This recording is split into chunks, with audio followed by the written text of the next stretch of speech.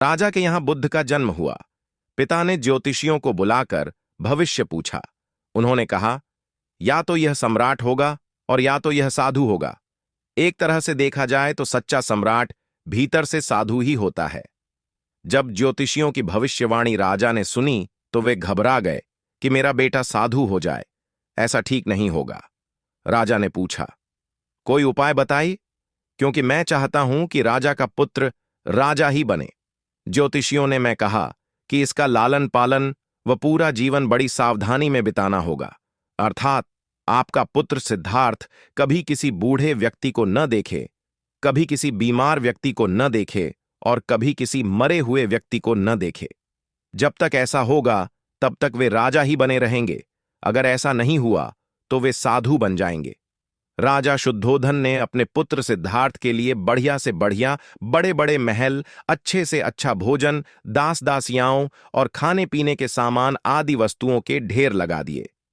पिता ने पुत्र को सुख सुविधाओं में इतना उलझा दिया कि उसे बाहर का संसार याद ही नहीं आया। शुद्धोधन ने समझ लिया कि अब इतने सुखों के आगे साधु बनने का प्रश्न ही उपस्थित नहीं होता। वे निश्चिंत हो गए।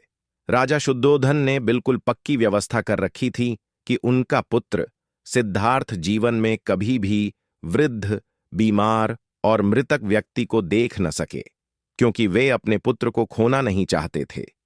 सिद्धार्थ का जीवन ऐश्वर्य और सुख सुविधाओं में बीत रहा था। उनके जवान होने पर एक सुंदर कन्या यशोधरा से उनका विवाह हो गया। विवाह हो जाने पर शुद्धोधन की आधी चिंता मिट गई। अब तो शादी हो गई, अब कहाँ जाएगा? अब तो मेरा पुत्र बंधन में बंध गया है, अब उसके कहीं जाने का सवाल ही नहीं उठता। 1 वर्ष बाद बेटे का भी जन्म हो गया। उसका नाम राहुल रखा गया। अब राजा शुद्धोधन को बिल्कुल पक्का विश्वास हो गया कि अब यह कहीं नहीं जा सकता। एक दिन सिद्धार्थ ने कहा कि पिताजी, आज तक मैंने कभी अपनी राजधानी नहीं देखी, आपकी आज्ञा हो तो आज देख आऊं।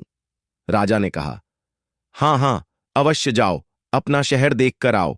एक सारथी को भी साथ में भेजा गया कि जाओ राजकुमार को राजधानी घुमा फिरा कर लाओ।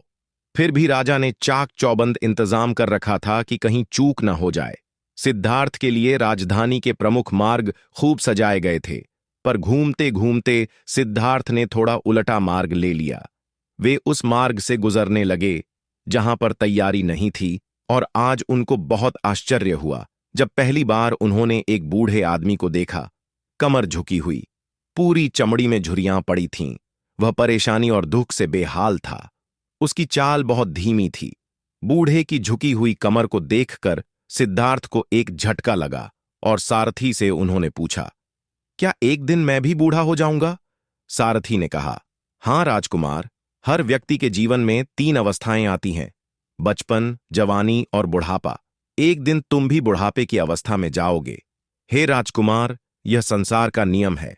चाहे गरीब हो या अमीर, सबका शरीर शिथिल अर्थात बूढ़ा होता है। राजकुमार सोच में पड़ गया। सारथी ने रथ को आगे बढ़ाया तो कुछ दूरी पर एक बीमार व्यक्ति मिला जो रोगों से घिरा हुआ था।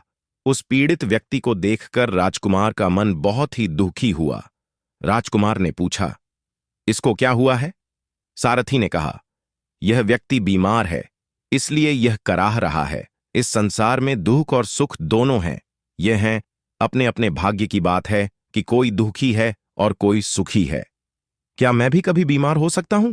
सारथी ने कहा, आप यह विचार अभी छोड़ दें। समय बड़ा बलवान होता है। ये सारी बातें कर्मों पर निर्भर करती हैं। चाहे राजा हो या रंक, सुख दुख सब पर आते हैं। अगर शरीर में कोई रोग आना है तो वह आएगा। यह सब सुनकर राजकुमार सोच में पड़ गया। सारथी ने रथ को कुछ आगे बढ़ाया तो सामने से 4 कंधों के ऊपर एक अर्थी को जाते हुए देखा। राजकुमार ने ऐसा पहली बार देखा था। उसने सारथी से पूछा, यह क्या है?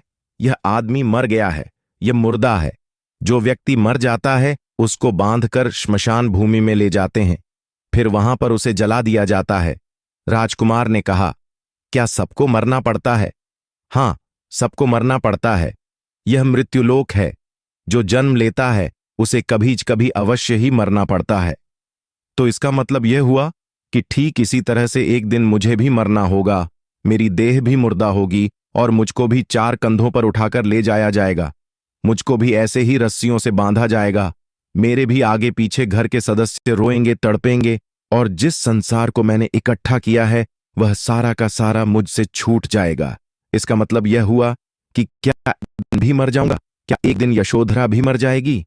क्या एक दिन मेरा राहुल भी मर जाएगा? सारथी ने कहा, हां राजकुमार, एक दिन मैं भी मरूंगा, आप भी मरेंगे, यशोधरा भी मरेंगी और राहुल भी मरेगा, क्योंकि यह सब मरने के लिए ही पैदा होते हैं। उस रात सिद्धार्थ सो न सके। सोचने लगे कि क्या संसार में इतना दुख है, रोग है, बुढ़ापा है, और ऐसे में मैं खा पी कर कैसे जी सकता हूं? नहीं नहीं, ऐसा मुझसे नहीं हो सकता। मुझे खोजना होगा उस तत्व को जो दुख, पीड़ा और शोक से रहित हो, जो भय, भ्रम और भूल से परे हो, जो अनंत आनंद से भरा हो, जिसे पाकर फिर और कुछ पाने की इच्छा न हो।